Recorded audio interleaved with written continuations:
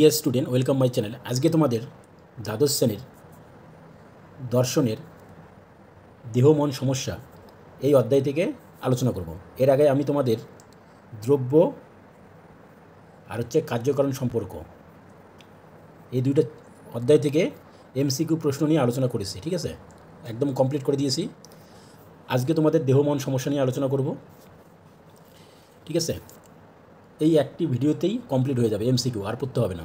এরপর তোমাদের আমি স্তম্ভ দিয়ে দেবো, উপরে লেখাই থাকবে। ঠিক আছে, স্তম্ভ, তারপরে বিবৃতি, ডায়াগ্রাম, চার্ট, এইসব আলোচনা করব। ঠিক আছে, তো আজকে দেখো দেহ মন সমস্যাটা, এখান থেকে এমসিকিউগুলো দেখো। 1 নম্বর প্রশ্ন দেখো, মনে কি থাকে? চিন্তা থাকে, অনুভূতি থাকে, আবেগ থাকে। জড়দ্রব্যে থাকে কি? আকার, আয়তন ও অবস্থান। ডেকার্ত দ্রব্যের কয়টি লক্ষণ দিয়েছেন? 2টি। ডেকার্তের মতে দ্রব্য হলো স্বনির্ভর। নেক্সট কোশ্চেন দেখো, ডেকার্তের মতে দ্রব্য হলো ঈশ্বর, মন ও দেহ। নেক্সট কোশ্চেন, ডেকার্তের মতে দ্রব্য হলো গুণের কি? আধার। তারপরে কোশ্চেন দেখো,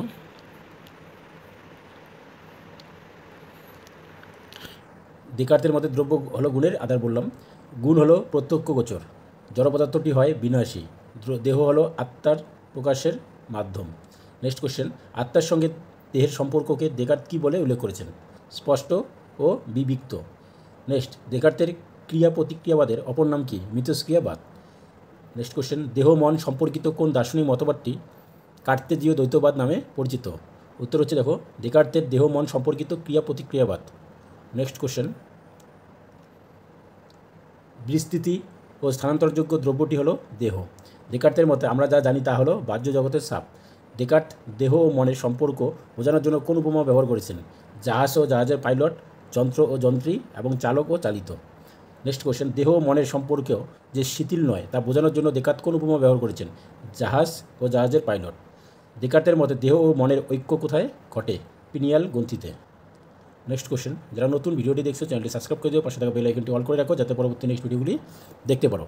আর সবাই লাইক শেয়ার করে দিবে। ঠিক আছে, নেক্সট দেখো, পিনিয়াল গ্রন্থিকে উত্তেজিত করে কি? দৈহিক পরিবর্তন এবং মানসিক চাঞ্চল্য।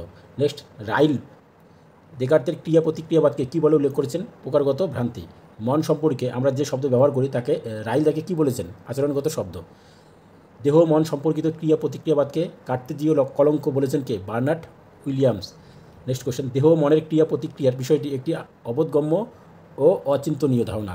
একথা কে বলেছেন? পিয়ার গ্যাসেন্ডি এবং রাজকুমারী এলিজাবেথ। নেক্সট কোশ্চেন, পদার্থবিজ্ঞানের নিয়ম অনুসারে জড়জগতের শক্তি হলো স্থির। নেক্সট কোশ্চেন দেখো, দেহ ও মন বিষয়ক কোন মতবাদ অনুসারে দৈহিক ও মানসিক ক্রিয়ার পরস্পরের সঙ্গে সমানভাবে পরিবর্তিত হয়? সমান্তরালবাদ। নেক্সট কোশ্চেন, স্পিনোজার সমান্তরালবাদের অপর নাম হলো দ্বিভঙ্গিবাদ। নেক্সট, দেহ মন সম্পর্কিত স্পিনোজার মতকে দ্বিভঙ্গিবাদ বলে উল্লেখ করেছেন হসপার্স। নেক্সট কোশ্চেন, ডেকার্তের দেহ মন সম্পর্কিত ক্রিয়া প্রতিক্রিয়াবাদের ত্রুটি দূর করার জন্য স্পিনোজা কোন মতবাদকে প্রতিষ্ঠা করেন? সমান্তরালবাদ। স্পিনোজার দ্রব্যতত্ত্বের সারকথা হলো দ্রব্য, ঈশ্বর, প্রকৃতি। নেক্সট কোশ্চেন, দেহ মন হলো ঈশ্বরের দুটি দিক, একথা বলেছেন স্পিনোজা। কার মতে দৈহিক গুণের প্রত্যেকটি বিকারের পাশাপাশি মানসিক গুণের একটি করে বিকার থাকে? স্পিনোজা। নেক্সট কোশ্চেন, ঈশ্বরের মধ্যে চিরকাল দেহ ও মন গুণ দুটি সমান্তরালভাবে পাশাপাশি অবস্থান করে, একথা কে বলেছেন? স্পিনোজা। দ্বিভঙ্গিবাদের অপর নাম দ্বিপার্শ্ববাদ। স্পিনোজার দেহ ও মনের সম্পর্ক ব্যাখ্যার জন্য কোন উপমার কথা উল্লেখ করেছেন? বক্রকাশ। নেক্সট কোশ্চেন, স্পিনোজা তার কোন গ্রন্থে বলেছেন যে দেহের কাজ ও ভাবাবেগ এবং মনের কাজ ও ভাবাবেগ এর ক্রম প্রকৃতিগতভাবে সমান্তরাল? এথিক্স গ্রন্থে। কোন মতবাদ অনুসারে মানসিক ও শারীরিক প্রক্রিয়াকে একটি সামগ্রিক সত্তার অন্তর্গত বলে মনে করা হয়? সমান্তরালবাদ। স্পিনোজার মূল বক্তব্য যেখানে দেহ সেখানে মন বা চেতনা, এটি কী ধরনের মতবাদে পরিণত হয়েছে?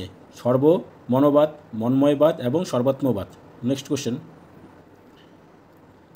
লাইবনিজের দেহ মন সম্পর্কিত মতবাদটি কোন তত্ত্বের উপর নির্ভরশীল? দ্রব্যতত্ত্ব, মনারতত্ত্ব এবং চিৎ অনুতত্ত্ব। নেক্সট, লাইবনিজের মতে বিশুদ্ধ চিৎ পরমাণু হলো ঈশ্বর। নেক্সট কোশ্চেন, লাইবনিজের মতে সর্বনিম্ন চিৎ অণু হলো জড়দ্রব্য। পরের কোশ্চেন, সৃষ্টিলগ্নে ঈশ্বর কর্তৃক প্রতিষ্ঠিত এক নিয়ম শৃঙ্খলা ব্যবস্থা হলো পূর্ব প্রতিষ্ঠিত সামঞ্জস্য নিয়ম। নেক্সট কোশ্চেন দেখো, লাইবনিজের মতে দেহ মনের সম্পর্কর মূলে রয়েছে পূর্ব প্রতিষ্ঠিত সামঞ্জস্য নিয়ম। নেক্সট কোশ্চেন, মানুষের কয়টি সত্তা আছে? 2টি। নেক্সট কোশ্চেন দেখো, মানুষের কোন কোন সত্তার পারস্পরিক সম্পর্ককে কেন্দ্র করে দার্শনিক সমস্যার উদ্ভব হয়? দেহ ও মন। নেক্সট কোয়েশ্চেন, দেহ হলো জড়ধর্মী, মন হলো চেতনাধর্মী, দেহ মন পরস্পর বিপরীত ধর্মী। নেক্সট কোয়েশ্চেন দেখো, মানুষের মাথায় আঘাত লাগলে কী লুপ্ত হয়? চেতনা। নেক্সট, মাদক দ্রব্য সেবন করলে মানুষের কী হ্রাস পায়? চিন্তাশক্তি। পরে কোয়েশ্চেন, দেহ মন সম্পর্কিত দার্শনিক মতবাদ হলো ক্রিয়া প্রতিক্রিয়াবাদ, অভিন্নতাবাদ এবং সমান্তরালবাদ। নেক্সট কোয়েশ্চেন, আধুনিক পাশ্চাত্য দর্শনের জনক হলেন রেনে দেকার্ত। নেক্সট, দেকার্তের দেহ ও মনের সম্পর্ক কেন্দ্রিক মতবাদটি পাশ্চাত্য দর্শনে কী নামে পরিচিত? দ্বৈতবাদ। পরে question, the passions of the soul গ্রন্থটি কার লেখা? দেকার্ত। নেক্সট কোয়েশ্চেন, দেকার্তের মতে জগতের সমস্ত দ্রব্য দুই ভাগে বিভক্ত, যথা দেহ ও মন এবং জড় ও আত্মা। নেক্সট, দেকার্তের মতে দেহ ও মন পরস্পর নিরপেক্ষ দ্রব্য। নেক্সট কোয়েশ্চেন, দেকার্তের মতে দেকার্ত কোন গ্রন্থে দেহ ও মনকে নিরপেক্ষ দ্রব্য বলে উল্লেখ করেছেন? মেডিটেশন। ঠিক আছে, এই 55টি কোয়েশ্চেন দেওয়া হলো, তোমরা এগুলো ভালো করে পড়বে দেহ মন থেকে। এরপর আমি শূন্যস্থান, স্তম্ভ মিলানো, বিবৃতি আর ঠিক ভুল আর ডায়াগ্রাম নিয়ে আলোচনা করব। ঠিক আছে, নেক্সট কোনো ভিডিওতে তোমরা এই পিডিএফগুলো ঠিক আছে নিয়ে নিবে, এখান থেকেই কমন পেয়ে যাবে। আমি টোটাল পিডিএফটা একখানে করে দিয়ে দেবো। ঠিক আছে, আপাতত দিচ্ছি না, যখন মোটামুটি আমার সম্পূর্ণটা কমপ্লিট হয়ে যাবে তারপর আমি দেবো। মোটামুটি 1 মাস সময় লাগবে, 1 মাস পর তোমরা মোটামুটি সবাই পেয়ে যাবে। 1 মাস পর পেয়ে যাবে। তোমরা যদি নিতে চাও আমাকে মেসেজ করবে কোন নম্বরে? 7679937131। ঠিক আছে, সংস্কৃত, রাষ্ট্রবিজ্ঞান আর পলিটিক্যাল সায়েন্স পেয়ে যাবে।